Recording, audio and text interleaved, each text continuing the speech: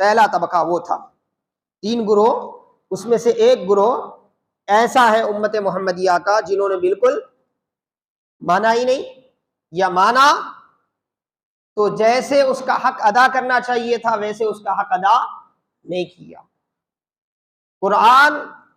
کے سامنے ہوتے ہوئے بھی اندھیریوں کو اپنے لیے منتخب کیا، ہدایت کے اجالے سے دور ہو گئے، اللہ کے کرم سے دور ہو گئے، اللہ کے کرم سے دور ہو گئے۔ اور اسی کیفیت کو بڑے مشاہدے کے بعد انتہائی دور رس نگاہ رکھنے والے شاعر، اسلام کی نبض کو سمجھنے والے شاعر علامہ اقبال نے کہا تھا کہ وہ زمانے میں معزز تھے مسلمان ہو کر، ہم خوار ہوئے تارک قرآن ہو کر۔ وہ زمانے میں معزز تھے مسلمان ہو کر، یعنی وہ ایسے مسلمان تھے جنہیں اپنے اسلام پر، اپنے ایمان پر، اپنے قرآن پر بڑا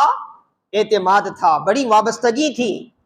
ان کی اپنی پہچان قرآن کے فرامین تھے، ان کی اپنی زندگی پیارے آقا کے ارشادات کا عملی نمونہ تھا، اسی لیے معزز تھے۔ وہ جس خطے میں بھی قدم رکھتے تھے اللہ پاک زمین کے اس خطے کو ان کے لیے مسخر کر دیتا تھا۔ وہاں کی بسنے والی قوم،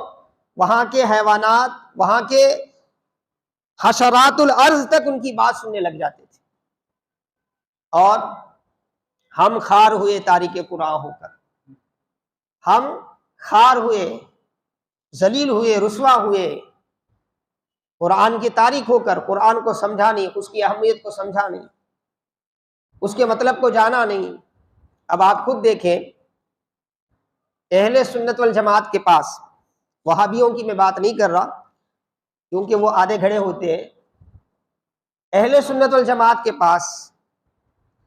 قرآن اور حدیث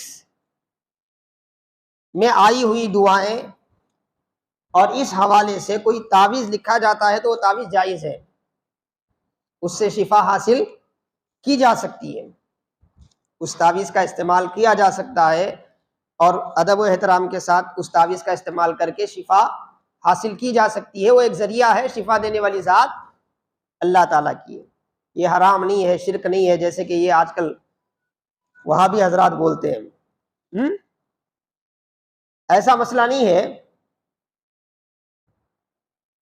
لیکن آپ سوچیں اس پر ہمارا اعتماد اتنا بڑھ گیا ہے، جو بھی تعویذ لکھنے والا واقعی وہ فن تعویذات سے بھی واقف ہو، دین و شریعت سے بھی واقف ہو، پھر ایسا نہیں جیسے آج کل مارکیٹ میں چل رہا ہے، ہر تعویذ نہیں، بعض کو تو پتہ ہی نہیں چلتا کہ تعویذ لکھنے والے کو کہ کیا لکھ رہا ہے، اس کا مطلب کیا ہے، بس کتاب میں ہوتا ہے یہ بالکل ویسا ہی رٹے مار کے دے دیتا ہے، شرکیہ جملہ ہے، کیا ہے، کیسا ہے، کون سی زبان ہے، عبرانی زبان ہے، فارسی زبان میں لکھا ہوا ہے، وہ عبارت جو اس کے نیچے دی گئی ہے وہ عبارت کیسی ہے، کچھ پتہ نہیں ہوتا۔ مگر میں سمجھانا یہ چاہ رہا ہوں تو یہ تو بحث کی بات نہیں ہے، یہ الگ چیز ہے، شرک و کفر میں ڈوب جانے کی بات ہے، بغیر سمجھے کہ اس میدان میں جانا۔ لیکن جو حضرات اچھی طرح سے واقف ہیں، صاحب علم بھی ہیں، وہ اگر کچھ لکھ کے دیتے ہیں، کبھی بسم اللہ لکھ کے دیتے ہیں، کبھی اور دعا لکھ کے دیتے ہیں، اللہ پاک اس کی برکت سے شفا بھی دے دیتا ہے، مسئلہ حل بھی ہو جاتا ہے، جائز بھی ہے، قرآن سے استشفاء کرنا، شفا حاصل کرنا قرآن کے ذریعے جائز ہے، منع نہیں ہے، ہو جاتا ہے۔ مگر میں بتانا یہ چاہتا ہوں کہ جب قرآن کی کسی ایک آیت سے اتنی برکت مل سکتی ہے تو پوری قرآن اگر دن رات ہم پڑھتے رہیں تو کیا کچھ نہیں ہو سکتا۔ ہمارے میں اور ہمارے اسلاف میں یہی فرق ہے، ہمارے اسلاف کو تعویذ کی ضرورت نہیں پڑتی تھی کیونکہ انہوں نے قرآن کو اپنی زندگی میں ایسی تعویذ بنائی ہوئی تھی کہ دن رات وہ آتے جاتے اٹھتے بیٹھتے بھی ہے نا، ساتھ میں قرآن ہوتا تھا، قرآن کو اپنے ساتھ لگا کے پھرتے تھے۔ کھیتی باڑی کر رہے ہیں تو آپ پرانے مسلمانوں کی تاریخ اٹھا کر دیکھیں، ہل چلا رہے ہیں، بیل اپنا کام کر رہا ہوتا تھا، یہ اس ہل پہ ٹھہر کر کیا ہے اس کو تھامے ہوئے ایک ہاتھ سے کتاب اللہ کا کلام تھامے ہوئے قرآن پڑھتے ہوئے نظر آتے تھے۔ ہر جگہ عورت گھر کا کام کرتے ہوئے قرآن پڑھتی ہوئی نظر آتی تھی، مرد کھیت کا کام کرتے ہوئے قرآن پڑھتا ہوا نظر اس طرح قرآن عام تھا، تو پھر مزید کسی تعویذ کی ضرورت نہیں تھی۔ تو یہی علامہ اقبال فرماتے ہیں ہم نے قرآن چھوڑ دیا، تاریخ قرآن ہو گئے، نتیجہ کیا ہوا؟ ذلت و خواری ہمارا حصہ بن گئی۔